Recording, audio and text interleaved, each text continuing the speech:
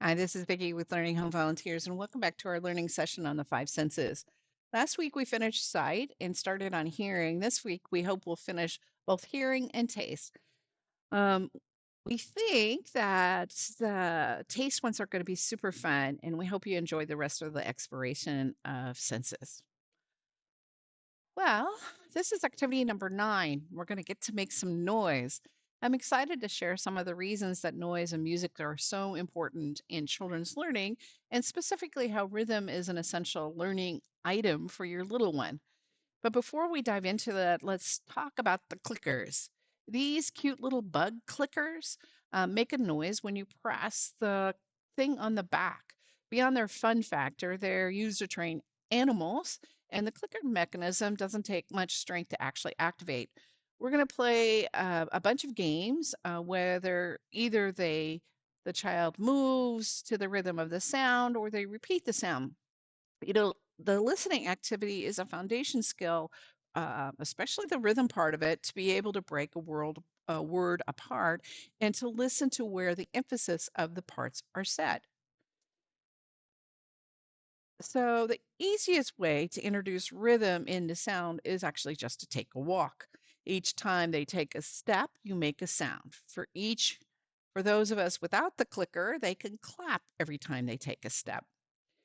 We want the sounds to move faster and slower, so that they actually get the opportunity to vary the speed of listening and their movement. You want to maybe try counting. One can make the sound, um, two can make a sound, three can make a sound as we actually move up through counting. Another idea is to have them use the clicker every time they hear their name. For example, I would only make the sound when I heard my name, Vicky, being said. So I could call out words, book, or I could hear the words being cut out, book, cat, Maria, blue, Vicky, which I would have to click, red, Vicky, which I would have to click, and green, and do this like this.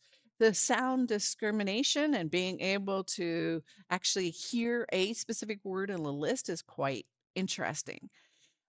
Rhythm is really helpful in being able to coordinate their body as well. And it's helpful to help them recognize the different kinds of patterns and how they relate to each of those and coordinate with others, which is something they're going to need to do as they enter school. So, another idea for them is to click the rhythm as you clap or walk or say. Like I could say ta, ta, ta, and they would click 3 times. Or I could take 5 steps and they would click 5 times. You get the idea? And honestly, we hope you'll forgive us for introducing a noisemaker into your house, but really important skill. Well, this is activity number 10, and we thought it would be fun to see if your child could recognize smells from their own house. So we provided a set of Dixie cup with holes poked in the bottom, and we suggest putting your sample on a napkin so they can't see it as you put it underneath the cup. So I guess the thing is what is that smell? And some ideas that you might include could be foods that you commonly eat or spices that you commonly use. And if you're stuck on an idea, here's some items that we know have a distinct smell: a ripe banana, or peanut butter, or salty crackers, or jam, or lemon wedges, or pickles, or ketchup, or freshly ground pepper, or cinnamon sticks, or orange peel, or a warm tortilla, or toasted bread, or dish soap, or perfume, or shampoo. Whew, there's a lot, right? But we thought you could choose what you think one might be interested, um, and go from there. Well, this is activity number 11. We decided to provide the whole family with a little smell experiment. And we put some cotton balls in and wetted them with a smell and sent them out to you. So we wonder if what do you think it is, and we'd love for you to post up on Class Tag and tell me what you think each of those smells are. We'll put up the answers on Class Tag and reveal those. But we have provided some other things that you can try that if you make them wet will be something that they'll be able to smell more.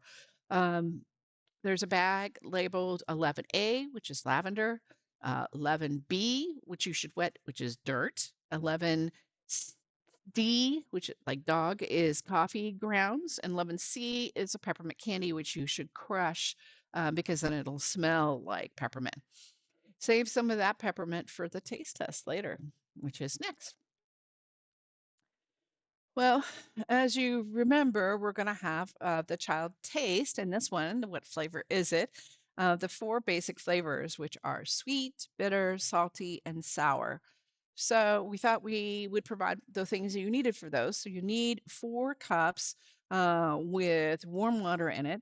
The reason for warm water is it'll help dissolve some of the materials. We have provided 3 bags with different tastes in them, a lemon to provide the sour taste.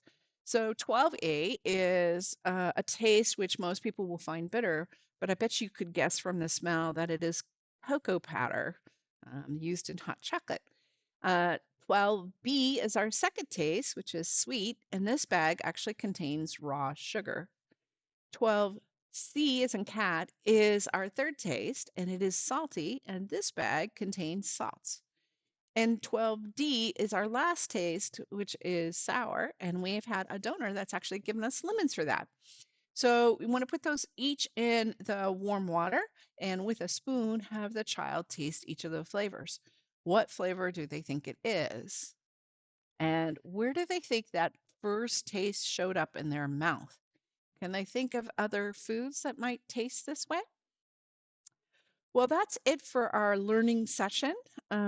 We hope you enjoyed it. The next session will start next Monday, and you'll be getting your text messages for the first group of people starting on Sunday, talking about delivery, and then continuing on through the day. So, thank you so much. Hope you enjoyed it.